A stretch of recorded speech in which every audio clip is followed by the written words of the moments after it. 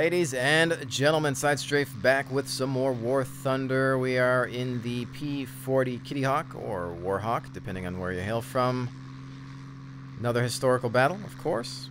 It's the only way to fly. And we've already got some targets down below, making that oh-so-fatal mistake. Let's see if we can maintain altitude, and wow, it looks like they are all low altitude here. This could be interesting, but we still want to fly high and maybe off to the right a little bit, just to make sure that they don't have any ace ready to pounce up above. Although, let's see. Yeah, it looks like a lot of them are working on AAA and whatnot, but our team is setting them on fire, taking care of business.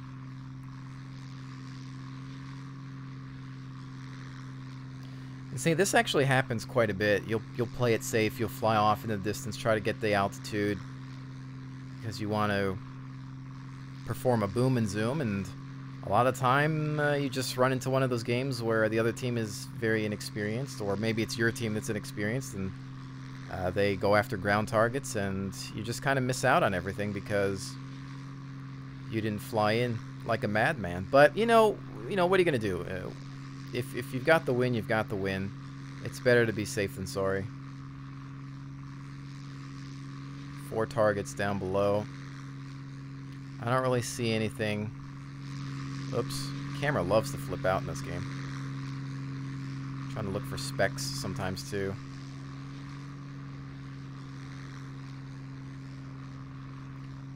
We've got another group over there. I think that P40's circling his prey.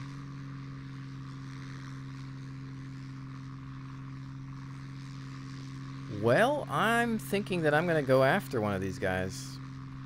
Or try to. That's the key word. Try. Because more often than not... Oh, there we go, see? Maybe I was doing the right thing after all. Hopefully he's not looking around to see where I'm at. And we'll come in from his 6 o'clock.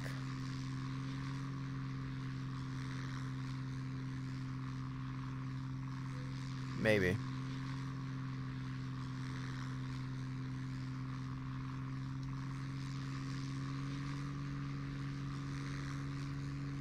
We'll have to see what kind of targets we have to deal with here. I think he's going after ground vehicles again.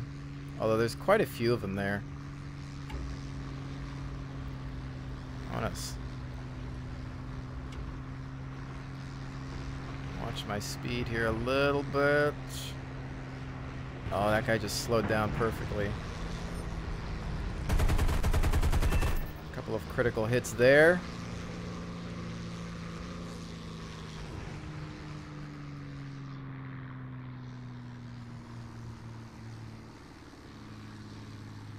Let's see if we can switch targets. Find the one we can get an appropriate angle on. Although it actually could be either one of these. Nope, just missed him. Oh, he crashed. That's fine. Got some credit. Fly away. Try again.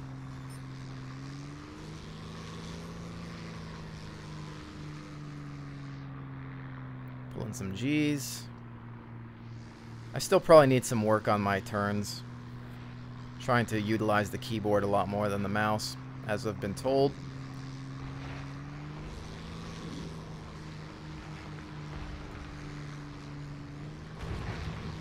See if we can catch this son of a gun.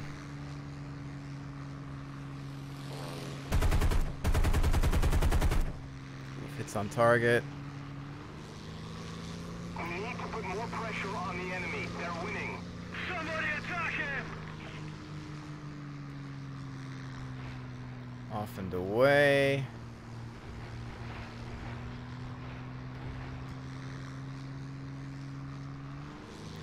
Get back on them. We've got friendlies on them as well. Some broken fighters.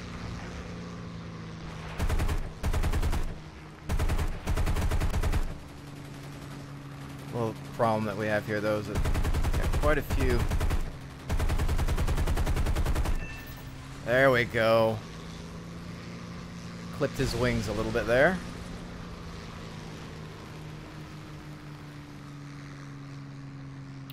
I generally don't use the stealth ammunition in Historical because I feel I need a little bit more lead practice, but I do alright with it in the P40.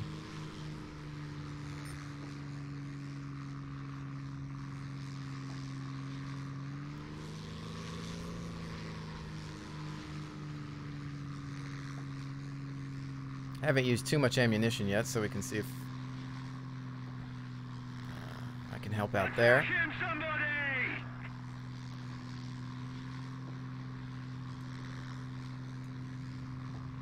They've got the altitude though, so we'll see how this works. This is when you should, of course, check the stats screen to see what we're dealing with. Yep, that's the final plane on the team. He might be trying to head back to base to get AAA cover.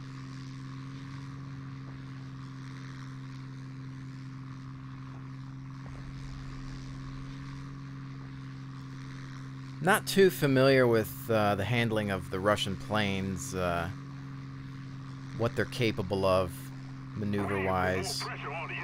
That's one thing I think I need to learn a little bit more, because you always have to know your enemy. You know, are they good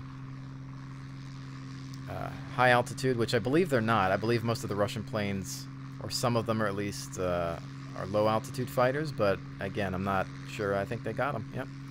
I know that the Russians fought a lot of low altitude battles.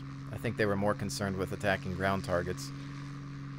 But in this case, you know, which of their planes is good high altitude, which is good low altitude.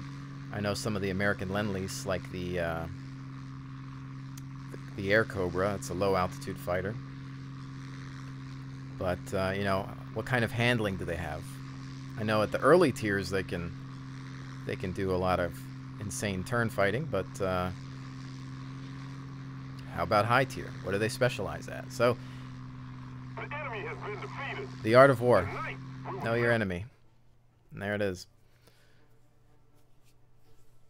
So I guess that's a reason to play them, so you can figure them out a little bit more. I can, of course, ask experts and figure it out, or I can read the comments, and I'm sure some of you will tell me what their specialty is. In some cases, people will just say, oh, they can do pretty much whatever they want. They're Russian bias. But, you know, I don't really think that this game is too horrible in that respect. I think that in general there's just some broken flight models for some of the planes, as we've seen in the past. But actually did pretty good on that one. Taking another look at the statistics here. 2 aircraft destroyed.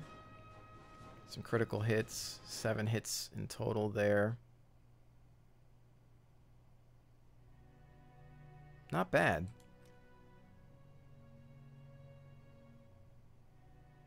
And you can actually start to see where practice does make perfect. This plane is also fully upgraded, so that helps. It does make a difference. Stealth ammunition there, doing its job. Allowing me to put more powerful rounds down range. Just an overall good battle, and it actually does make a difference. It's funny because in a game like World of Tanks, you think like you can feel the issues associated with not having all the upgrades. You can feel how problematic not having the final gun or the final engine is. But in this game, it's a lot different because you're not dealing with hit points. A lot of the firepower stays the same. For example, Americans start putting 50 cals on things really early on, and in fact they stick with 50 cals. I mean, if you look just right next door here, we've got the P47, 50 cals, just more of them, and that seems to be the way the Americans flew back then. And well, let's face it, the 50 caliber round is not bad at all. Now, yes, it doesn't really beat having, you know, some nice cannons. Having this 37mm on this Air Cobra is fantastic at times, but not always easy to use. But again, the difference is, well, you can do damage early on, early tiers. It just kind of comes down to flying, and I think some of the biggest differences come into play when you're looking at a lot of these engine and performance upgrades. So having said that, you know, what good is a gun or ammunition change if you have a bandit on your 6? You need to be able to outdive or outclimb or just in general outmaneuver these opponents. And you know, just speaking about upgrades, that's not all. If you can't fly, you're a dead man. If you don't have the basics, if you don't understand the tactics, if you don't know how to play as a team, it's over. Because in a historical battle, even trying to mimic a real-life flight situation, more often than not, you're going to leave the game maybe without a kill, or maybe only 1 or 2 kills, or maybe not any kills, but just a lot of assistance. And that's fine, because, again, as Ram JB has told me many times, it's not even about getting those kills. It's about the flight. It's about knowing how to fly, knowing how to outmaneuver and outperform the enemy, knowing when to just trust your gut and, you know, check your 6, check the skies all around you, shake somebody off of your friend, you know, you being that wingman. There's so much more to this game than just strictly raising your kill count. And I think that's where fools rush in. They get tunnel vision, they see that target, and they forget about everything else going on. And before you know it, they've messed up, they've hit the ground, or they've got 2 people behind them because they decided, ooh, there's something red, I'm going to chase it. And even I have made those mistakes, and it's all about learning. So with that said, ladies and gentlemen, hopefully you've enjoyed this look at War Thunder. I will definitely see you on the next one.